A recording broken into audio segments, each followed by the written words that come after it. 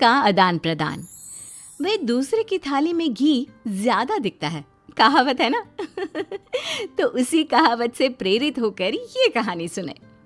मीरा अपनी सहेली सीमा से कहती है, क्या रे सीमा, तेरे जैसी सास भगवान सबको दे। कोई रोक टोक नहीं, कोई बोलियां नहीं, आराम से रहती है और आराम से रहने देती है। एक मेरी सास है। माना कोई रोक टोक नहीं है, लेकिन दूसरी कई परेशानियां हैं जो मेरी सास के साथ है, तू नहीं समझेगी। चल अच्छा रखती हूँ, ननद आई है, उसकी खातिरदारी करनी है। मीरा सीमा की सास से काफी इम्प्रेस रहती है। फिर एक दिन सीमा मीरा के घर किसी काम से जाती है। मीरा की सास कहती है, हाँ भाई सीमा, क्या करने आई है? घर में कोई काम धाम नहीं है क्या? सीमा को तो शौक लगता है, ऐसे कोई कैसे बोल सकता है। आंटी, मैं कौन सा कुछ लेने आई हूँ, देने ही तो आई हूँ। ये अचार बनाया था। तभी मीरा आ जाती है। अरे तू अचार लाई है? तेरी सास ने कुछ कहा नहीं?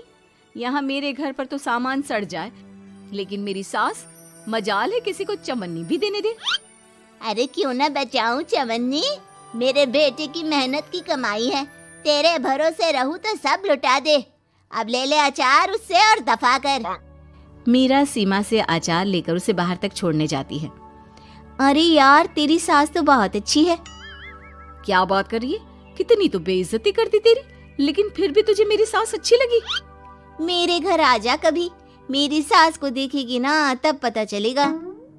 अरे इससे ज्यादा बुरा क्या हो सकता है। जरूर आऊंगी मैं तेरे घर, लेकिन मैं कुछ लेकर नहीं आ सकती। हाँ, देख रही है ना मेरी सास का हाल। हाँ हाँ, कुछ न लाना, मैं तो कहती हूँ खाली झोला ले आना बस।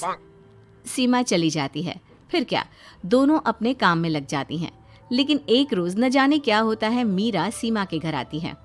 सीमा की सास कहती है, अरे सीमा, देख तो कौन आया है, तेरी सहेली मीरा। मीरा, आज कैसे यहाँ पर? आजा आजा।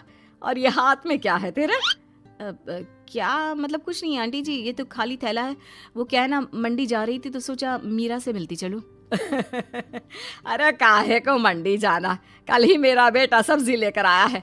अरे मीरा, जरा सीमा का ये थैला तो भर दे। मीरा घबरा जाती है। अरे नहीं नहीं माँ जी, बिल्कुल नहीं, मैं कुछ नहीं ले सकती। हम लोग ना अलग सब्जियां खाते हैं। खैर, मीरा सब्जी तो नहीं लेती, लेकिन सीमा की सास तो न जाने क्यों कद्रदान हुई रहती है। अरे मीरा, जरा चिकन मटन बना ले, तेरी सहेली आई है। मैं फोन कर देती हूँ, वो दे जाएगा। और सुन, मिर्च जरा तेज कर देना। लेकिन मीरा तीखा नहीं खाती है माँ जी। अरे खाना चाहिए, अब सीसी करेगी ना तो नाक का सारा कचरा भी निकल जाएगा। हाय रे, कितनी अच्छी है तुम्हारी सास। हाँ, तभी आसपास के सारे यहाँ खड़े हो जाते हैं सुबह से ही। अभी 2 मिनट रुक ना, खुद पता चल जाएगा। तभी पड़ोसन आती है। अरे बहन जी, चाय का वक्त हो गया, सोचा चली आऊं आपके घर। अरे क्यों नहीं क्यों नहीं, वो क्या है ना, बहू की सहेली आई है तो चिकन बन रहा है, वो भी लेती जाना। मैं जरा ज्यादा ऑर्डर कर देती हूँ। और हाँ बहू, पकोड़े भी तल ले चाय के साथ। जा जा मीरा बेटी, सीमा की मदद कर दे जरा। मीरा सीमा के पास किचन में जाती है, जहाँ सीमा सास को कोस रही होती है। घर में कितनी मुश्किल से सब्जी और राशन आता है, लेकिन ये नहीं समझेंगी। अरे पिछले महीने भी 2 बार राशन लाना पड़ा था, लेकिन ये है कि सच्ची यार, फिर भी तू लकी है, तेरी सास कम से कम मेरी सास की तरह तो नहीं है। मीरा कुछ देर रहकर वहां से चली जाती है। दोनों बहुएं किसी तरह सास के साथ दिन काट रही थी कि एक दिन सीमा कहती है, नहीं नहीं माँ जी, बस करिए, तंग आ गई हूँ मैं आपसे। मैं अब आपके साथ नहीं रह सकती। एक बार, बस एक बार आप मेरी सहेली मीरा की सास की तरह बनकर देखिए। अरे कितनी अच्छी इंसान है वो, कितना सोचती है घर के लिए। दूसरी तरफ मीरा, माँ जी कैसी हैं आप? कुछ तो सोचा करिए, समाज नाम की भी कोई चीज होती है। बस एक बार मेरी सहेली सीमा की सास की तरह बनकर देखिए। अरे कैसे जी जाती है जिंदगी, उन्हीं से पता चलेगा। दोनों की सास को आता है गुस्सा। अरे भाई, कोई छोटे बच्चे तो है नहीं जो किसी के साथ तुलना कर दे और वो कुछ ना कहे। मीरा की सास कहती है, मुझे तो सीमा के पास ही छोड़ा। सीमा की सास कहती है, तू ना मुझे मीरा के पास ही छोड़ दे। दोनों एक दूसरे से सलाह करती हैं और सासों का किया जाता है आदान प्रदान यानी एक्सचेंज। अगली सुबह मीरा की बदली हुई सास। अरे मीरा, मेरी बेटी आ रही है। मीरा को तो आदत थी कि घर का कोई भी आए दमड़ी ना निकले, ना कुछ बनाना ना कोई लेन देन। अच्छा माँ जी ठीक है, कोई बात नहीं।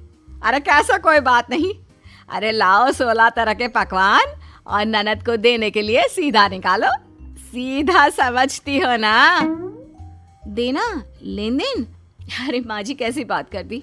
इस घर में जो कोई कुछ भी ले आए, लेकिन मजाल है घर की चवन्नी भी कहीं चली जाए।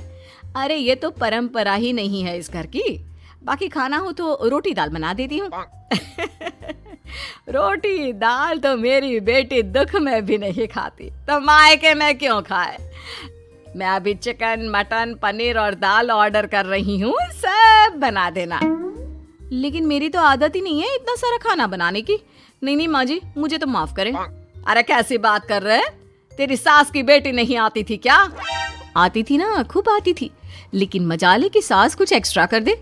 माँ जी देखिए, मेरी तो ये आदत नहीं है। दूसरी तरफ सीमा। माँ जी वो मेरे मायके से लोग आ रहे हैं, तो मैं जरा उन लोगों के लिए कुछ बना लेती हूँ। क्यों क्यों बना लेती हो? दाल रोटी बनी है ना, साथ में अचार रख देना। वैसे आ क्यों रहे हैं बेटी के घर? सीमा को तो बहुत बुरा लगता है। कहाँ तो उसकी सास पड़ोसी के कुत्ते को भी घी की रोटी खिलाती है, और कहाँ ये मीरा की सास जो उसके मायके वालों के लिए सूखी रोटी अचार रख देने की बात कर रही है।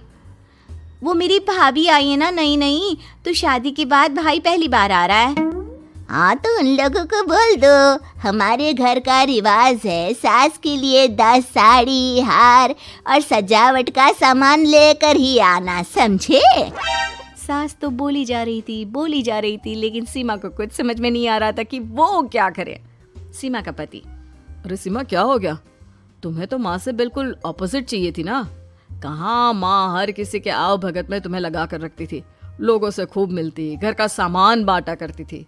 अरे याद है ना, तुम्हारे घर वाले आते थे 1 पैकेट लेकर और जाते थे पूरे 10 थैले के साथ। अब आएंगे 10 पैकेट लेकर और जाएंगे खाली हाथ। सही है।